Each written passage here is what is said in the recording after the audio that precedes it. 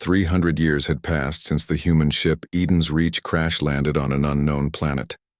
No one remembered what Earth looked like anymore. All that remained were stories passed down from the first survivors. Stories about tall buildings, endless skies, and blue oceans. Now the humans lived in small settlements across the forest-covered world they called Narutal. They hunted, farmed, and built homes from stone and wood. Over the years they had forgotten many things, how to fly, how to talk to the stars, but one thing remained strong: their will to survive. Lyra Voss was a young explorer, born in the settlement of Kale's Hollow. She was known for climbing the tallest trees and wandering into the deep jungle, always looking for something new. People said she had the spirit of the first explorers who had once traveled through space. One morning, as the sky turned gold with sunrise, Lyra set out alone. She had heard strange sounds coming from the east near the cliffs by the river. With a backpack of supplies and her curved blade at her side, she made her way through thick vines and tall grasses. After hours of walking, she found something unusual. Half buried under moss and rocks was a smooth black stone, too smooth to be natural. It was shaped like a cube with glowing lines running along its surface. Lyra brushed the dirt off and touched it. The moment her fingers touched the lines, the cube pulsed with blue light. Suddenly the ground trembled. Birds flew from the trees. The cube floated in the air, spinning slowly. A holographic image appeared above it. Stars, symbols, and a map, pointing toward the northern mountains. Lyra stepped back, eyes wide.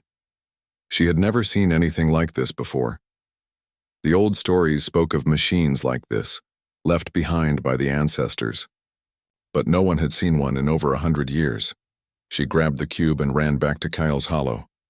Far away, deep below the ocean waves, another kind of life stirred. The Cerealians were an ancient race who lived beneath the seas of Narutal. Tall, elegant, and blue-skinned, they had long arms and glowing eyes. They spoke through music and light, not words. For centuries, they had watched the humans from afar, staying hidden. When Eden's Reach first crashed, the Cerealians had feared the newcomers. They chose not to fight, but to observe. Their world was already dying from ancient wars, and they believed the humans were the last hope for balance.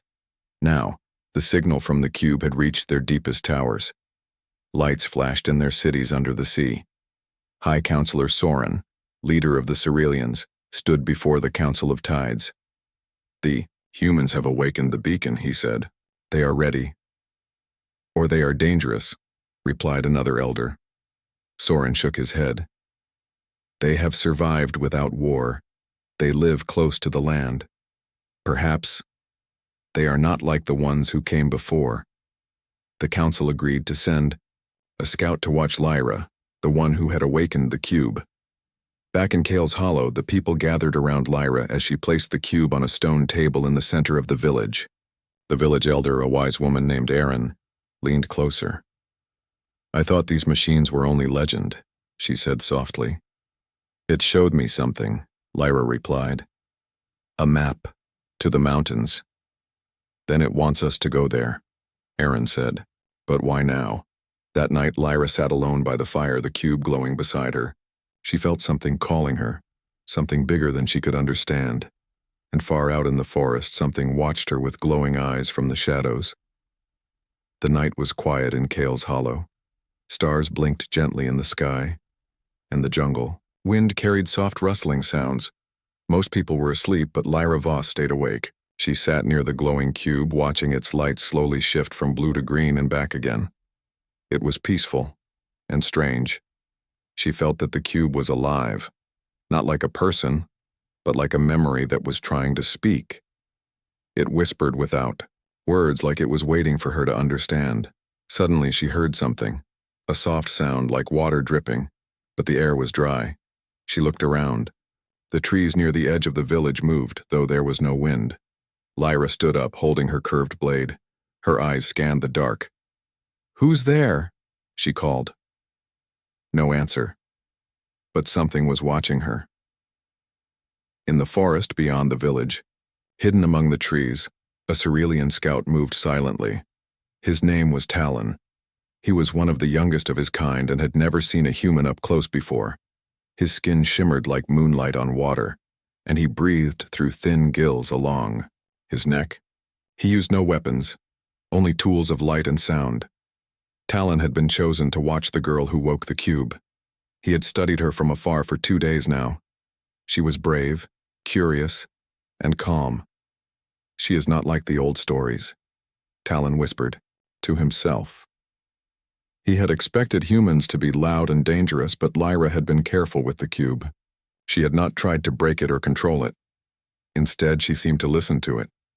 Talon leaned forward to get a better look, but he stepped on a dry branch. Snap. Lyra turned fast and looked straight at him. "I see you," she said loudly. "Come, out." Talon froze. Lyra raised her blade but didn't step closer. "I'm not here to hurt you. Who are you?" For a long moment there was silence. Then slowly, Talon stepped out from the trees. His glowing skin caught the moonlight, and his tall, slender shape looked both strange and beautiful. Lyra gasped, softly but didn't run. You're not human," she said. Talon nodded slowly. "No," he replied, his voice calm and musical. "Then what are you?" "I am Cerulean. I came from the sea." Lyra blinked. "There's a city under the ocean? And you've been watching us?" Talon stepped forward. "Yes, we have watched for many years. We stayed hidden. We feared your kind." "Why?" Lyra asked, lowering her blade. "Long ago, others came to our world. They brought fire and machines. They hurt the land. So we waited." Lyra looked down at the glowing cube. "But this cube, it did something. It sent a signal." "Yes," Talon said. "It was made by both our kinds. A long time ago, a group of humans and Ceruleans worked together. They built the beacon to connect us when the time was right." Lyra's heart pounded. "You mean this was planned?" Talon nodded. "The beacon is a key. It opens the path to the old city. It holds knowledge that was lost, your people's past and ours." For a moment, neither of them spoke. The fire crackled between them. Then Lyra said, "Come into the village. Let the others meet you." Talon shook his head. "Not yet. Some may fear me. Let us wait until morning." The next day, Lyra spoke to Elder Aaron in secret. She told her about the Cerulean visitor. Aaron listened carefully, her face calm but serious. "If what he says is true," Aaron said, "then our history is not what we thought. We may not be alone. This could change everything."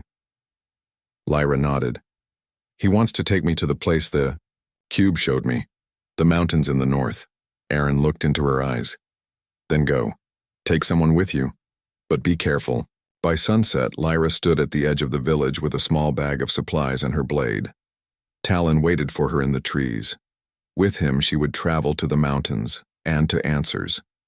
As they began their journey, the jungle seemed to welcome them. The trees whispered, the rivers sparkled, and even the birds flew gently above.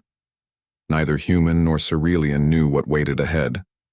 But for the first time in 300 years, two kinds stood side by side, walking toward a future neither could reach alone. Lyra Voss and Talon moved through the dense jungle with quiet steps. The trees grew taller here, and the light from the sky barely touched the ground. Strange animals watched them from the branches. The path was not easy, but Lyra felt stronger with every step. She was not alone, and not just because Talon was with her. For the first time, she felt like something important was about to happen. They had been walking for 2 days. The glowing cube stayed in her bag, warm and quiet. Every night it would hum softly like it was waiting. On the third morning, they reached a wide river. The water was deep and fast. Trees leaned over it, and strange blue flowers floated on. "The surface we need to cross," Talon said, pointing to the other side. "The mountain lies beyond." Lyra looked around. "I don't see a bridge." "There is no bridge," Talon replied. "But I can help." He stepped into the river. His skin glowed softly, and the water around him began to move. A path of rocks rose from the riverbed just wide enough for walking. Lyra stared in surprise. "You did that?" Talon smiled. "Our people are close to the water. We can speak to it a little." Carefully, Lyra followed him across the stone path. With each step, the water flowed calmly around her boots. On the other side, the air was cooler. The jungle thinned and rocky hills began to rise. In the distance stood the great mountain, a sharp peak with white mist at its top. It looked ancient and powerful. "That's it," Lyra whispered. "That's the place from the cube's map." They reached the base of the mountain by nightfall and camped near a tall rock. Lyra built a fire, and Talon brought fresh fruit from the trees. As they ate, Lyra looked at the stars. "Do you think my people were meant to live here?" she asked. Talon looked up as well. "Your people were strong to survive. But perhaps they were not meant to stay alone." Lyra nodded slowly. "We've been alone too long." Talon pulled something from his belt, a crystal shaped like a tear. It glowed faintly in his hand. "What's that?" Lyra asked. "A memory stone," Talon said. "It holds voices from the past, from my people. Can I hear it?" He handed it to her carefully. When Lyra touched it, the stone glowed brighter and a soft voice filled the air. It was speaking a mix of human and Cerealian language. The voice spoke of peace, of a dream where both species would one day share the world. Lyra's eyes widened. "This voice, it's part human." Talon nodded. "Long ago there were those who believed in unity. Before the war, before the fall. But what happened?" she asked. "No one knows. The records were lost. Maybe the mountain holds the truth." The next morning they climbed. The path was steep and broken. Old stone steps led upward, covered by moss and vines. As they climbed higher, the air became thin and cold. But Lyra pressed on, her hand always on the cube in her bag. After hours of climbing, they reached a wide stone door built into the mountain. It was smooth, with no handles, no hinges. In the center, there was a small round slot. Lyra took out the cube. "It fits here," she said. She placed the cube into the slot. At first, nothing happened. Then the cube began to glow brightly. The door rumbled. Dust fell from the edges. Slowly it opened, revealing a large chamber inside the mountain. They stepped in. The chamber was full of light. It came from glowing walls made of crystal. In the center stood a tall pillar and on it a strange machine, half metal, half stone. Symbols covered the walls. Some were human, some Cerealian. "This is old," Talon whispered. "Very old." Lyra walked slowly around the machine. There were screens and buttons she didn't understand. But when she touched the surface, images appeared, pictures of Earth, stars, and ships. Then a video started. A human woman and a Cerealian elder stood side by side. "We leave this message for the future," the woman said. "If you see this, then the time has come." The Cerealian spoke next. "Our two kinds must walk together now. This world needs both to survive." Lyra stared at the screen, her heart pounding. "They knew," she whispered. "They planned for this moment." Talon placed a hand on her shoulder. "You were meant to find this." The room around them began to hum. Lights flashed, and then a new map appeared, one that showed both land and sea. This could unite our worlds," Lyra said. "Yes," Talon said. "But only if we choose it." The old mountain chamber glowed with soft golden light. The ancient machine, in the center, continued to hum gently, as if it had just woken from a deep sleep. Lyra Voss stood beside it, her heart still racing. On the screen in front of her, the message from the past played again. A message from the time when humans and Cerealians had once worked together. Beside her, Talon watched silently. His glowing eyes reflected the light from the crystals on the walls. "It's hard to believe," Lyra said, her voice soft. "We were meant to unite long ago." Talon nodded. "But fear broke the bond. Now the choice is yours." Lyra reached into her bag and held the cube again. It no longer glowed. It had done its job. It had brought them here. Suddenly the map on the screen changed. A new image appeared, a symbol of two circles overlapping, one blue, one green. Then, lines moved outward like paths. Talon stepped closer. "These are locations," he said, "hidden places, knowledge left behind." Lyra pointed at the largest symbol. "That's near the ocean." "It is," Talon agreed. "Near my home." The machine spoke again in a calm voice, half human, half Cerealian. "This is the archive, a place of shared knowledge and truth. If you have found this, then you are ready. Restore what was lost. Begin again." Lyra looked up at Talon. "We need to show this to both our people." "Yes," he said, "but it will not be easy." The journey back down the mountain was quicker, but their thoughts were heavy. They knew what they had found could change everything, but change often brings fear. When they returned to Kale's Hollow, the village was quiet. Lyra went straight to Elder Aaron. The elder listened carefully as Lyra told her everything, about the mountain, the chamber, and the message. Aaron closed her eyes. "I always believed there was more. Now I know it." Lyra took her to the edge of the forest where Talon waited. When Aaron saw him again, she stepped forward slowly. "You are welcome in our village," she said. "You come in peace, and you bring truth." Talon bowed respectfully. "Thank you." But not all villagers were ready. Some whispered in fear. "What if he's a trick? What if others come to harm us?" Lyra stood before them. "He saved my life. He helped me find something that belongs to all of us." The people listened, but not all were convinced. Still, no one raised a weapon, and that was a start. A few days later, Lyra and Talon stood before the Cerealian Council beneath the ocean. With special breathing gear from an old human shelter, Lyra was able to walk beside Talon through the glowing halls of the Cerealian city. The Cerealian elders listened as Talon shared the story of the archive. Some looked surprised. Others looked afraid. "The humans are not the same as before," Talon said. "They have changed. They have learned to live in balance with this world."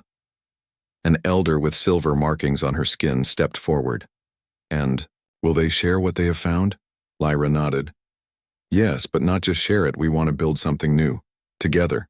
The council remained silent for a long moment. Then High Counselor Soren spoke. "Then let us begin with the archive. Let our people see what truth lies there. Let them decide." 1 week later, a small team of humans and Cerealians stood at the shore where the archive was marked on the map. Together they uncovered an ancient hatch buried in the sand. The hatch opened with a quiet hiss. Inside was a tunnel lined with lights. The group walked in slowly, side by side. Inside, they found rooms filled with old technology, books, devices, recordings, and holograms. Information from Earth. History of the Cerealians. Scientific tools and peaceful plans. One wall displayed a phrase in both languages.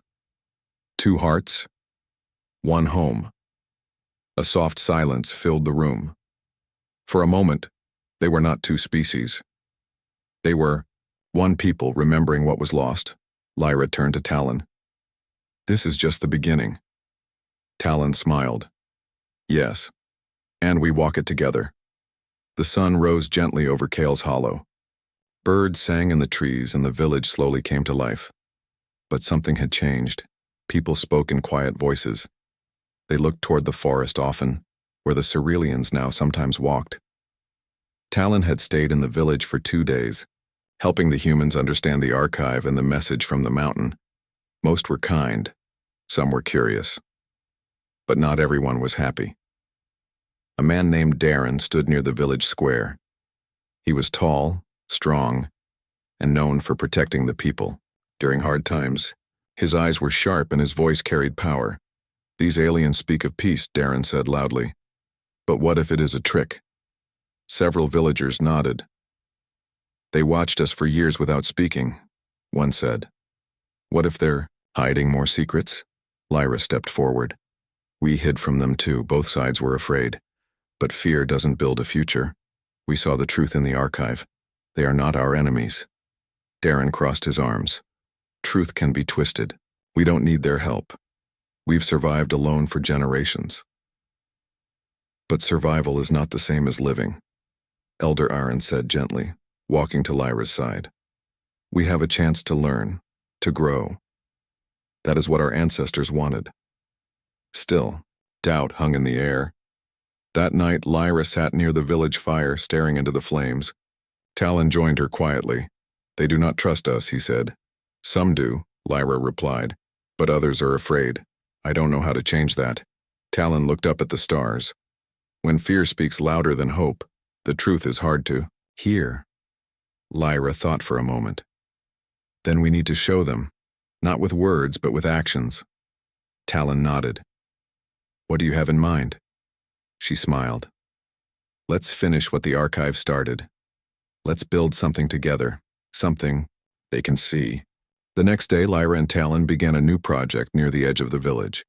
They cleared land and gathered tools, both human and Cerealian. With help from a few brave villagers and young Cerealians, they began building a learning hall.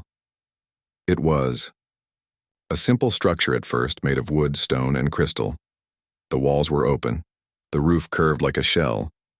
Inside, they placed books from the archive, old star maps, and shared tools. Cerealian music played softly from a small orb, and human drawings lined the walls. Children from both sides came first. They laughed, touched everything, asked questions. Then came some elders. They sat quietly, watching the children play together. Even Darren came one evening. He did not speak, but he stood at the doorway for a long time, his face unreadable. One morning, a strange sound came from the forest. Lyra ran toward it, Talon close behind. In a clearing, they found a group of villagers surrounding a fallen tree. A child was trapped under the branches. The others were trying to lift it, but it was too heavy. Without hesitation, Talon stepped in. He placed his hands on the tree, and his skin glowed bright blue. Slowly, the branches began to shift and rise. With help from the others, they freed the child. The boy looked up at Talon with wide eyes. You saved me, he whispered. Talon smiled gently. You are safe now. Darren stepped forward. He looked at the boy, then at Talon. Thank you, he said at last. It was only 2 words, but they were the words the village had been waiting to hear. Over the next few days, things began to change. More humans came to the learning hall. Cerealians were invited to dinners. Stories were shared, tools exchanged, songs sung. Lyra and Talon sat together under the stars once again. The voices of doubt are softer now, Talon said. Lyra nodded. Because hope is speaking louder. But the journey is not over, he added. No, she agreed. This is just the beginning. Days passed peacefully in Kale's Hollow. The learning hall became a place of joy and unity. Humans and Cerealians worked side by side. Children learned to speak each other's languages. They shared songs, tools, and food. For the first time in many years, hope was stronger than fear. But deep beneath the ocean, something stirred. In the forgotten parts of the sea, there lived a Cerealian group known as the Varnak. They were different from the peaceful Cerealians in Talon City. The Varnak had once led the Cerealians during the time of war. After peace was made, they were cast out. Now they lived in silence, hidden in the cold, dark waters. They did not believe in unity. They believed in power. And when they heard that humans and Cerealians had opened the archive, they grew angry. Their leader, Corval, rose from his deep temple and called his people. The old ways are being forgotten, Corval said, his voice deep and sharp. They join hands with the surface walkers. They bring danger to our world. A young warrior asked, Shall we fight again? Corval's eyes glowed red. Not yet. First we send a warning. One evening, dark clouds rolled across the sky. The wind howled through the trees. People in Kyle's Hollow rushed indoors.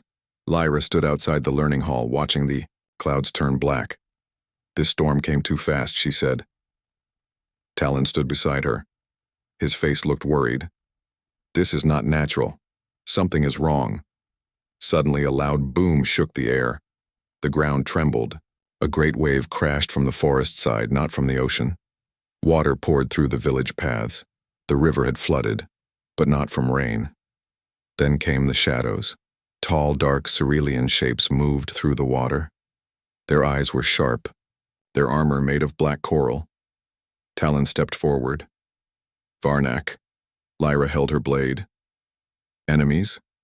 Talon nodded. They are from the deep. They do not believe in peace. The Varnak leader held up a metal rod that glowed red. He spoke in the old tongue, but Talon translated quickly. He says we must close the archive, end the union, or they will destroy everything. Elder Erin came forward, her staff in hand. We will not go back to fear, she said. You may have the sea, but we have the sky, the land, and each other. Korval's voice was cold. Then, you have chosen the storm.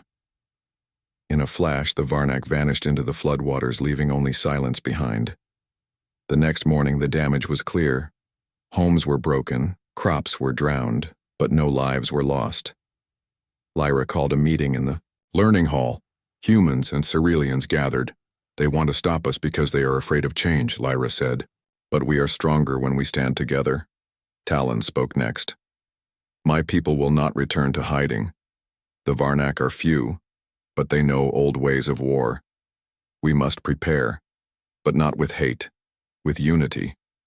Darren stood up. I once feared what I did not know. Now I see clearly. If the Varnak want to break what we've built, they'll have to face all of us. Cheers rose from the hall. The next few days were spent preparing. Humans taught Ceruleans how to use certain tools. Ceruleans showed humans how to use sound and water in defense. Together, they rebuilt the broken parts of the village, stronger than before. Lyra and Talon returned to the mountain archive. There they unlocked another chamber, a room filled with old defense systems, shields and warning tools. But none were made for war. They were designed to protect, not attack. This is how we win, Lyra said, not by fighting harder, but by protecting each other. That night, the sea glowed dark blue. The Varnak were gathering again. Korval prepared his people for another strike. But high above the shore, lights flickered across the cliff. A message, written in both human and Cerulean symbols, shone for all to see. We stand together. We will not be broken. Korval watched from the deep, his eyes full of anger. But even he could feel something was different now. The humans and Ceruleans were no longer weak. They were no longer afraid. They were united. Morning sunlight broke, through the clouds shining softly over Kale's Hollow. The storm had passed. Water flowed gently through the rivers again, and birds returned to the trees. But something had changed. The people of the village, both human and Cerulean, stood stronger than before. They had faced a threat, not with hate or fear, but with courage and unity. Even after the damage caused by the Varnak, no one gave up. Lyra stood at the edge of the cliff near the ocean. The sea was calm now.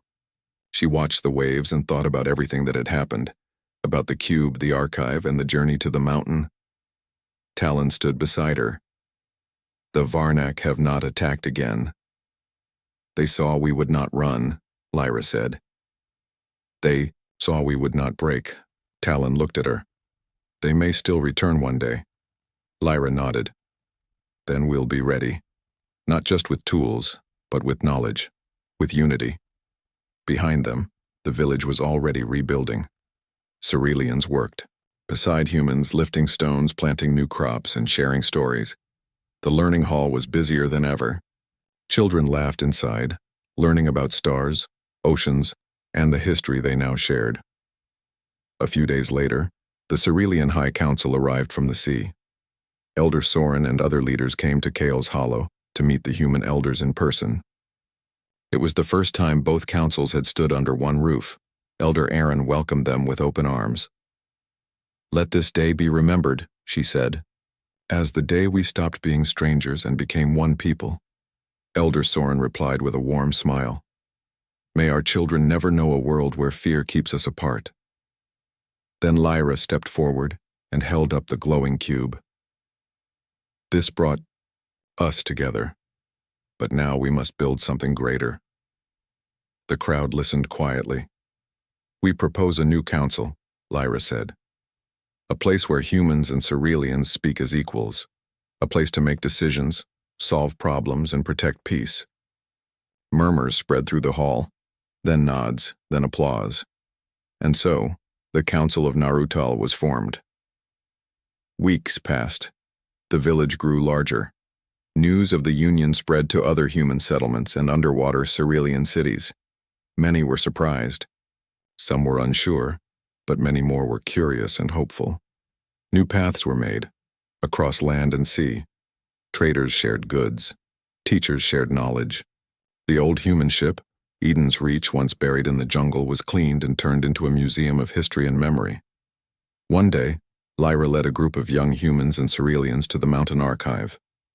She showed them the great hall and the message left by the ancient builders. One of the children asked, "Did you know you would find this place?" Lyra smiled. "No, I was just looking for answers. But sometimes when you follow the truth, you find more than you expected." Talon added, "You find a future." Far below, in the deep sea, the Varnik watched from the shadows. Korval sat, in silence, his warriors around him. The union of surface and sea had grown stronger.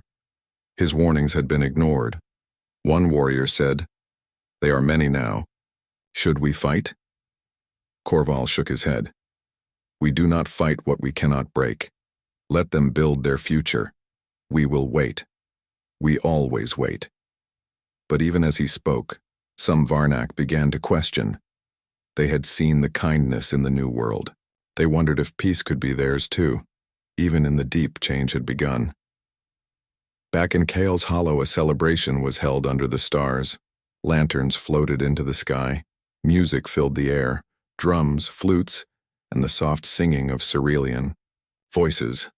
Lyra sat beside Elder Aaron and Talon, watching the joy around them. "We've come a long way," Aaron said. "We still have far to go," Talon replied.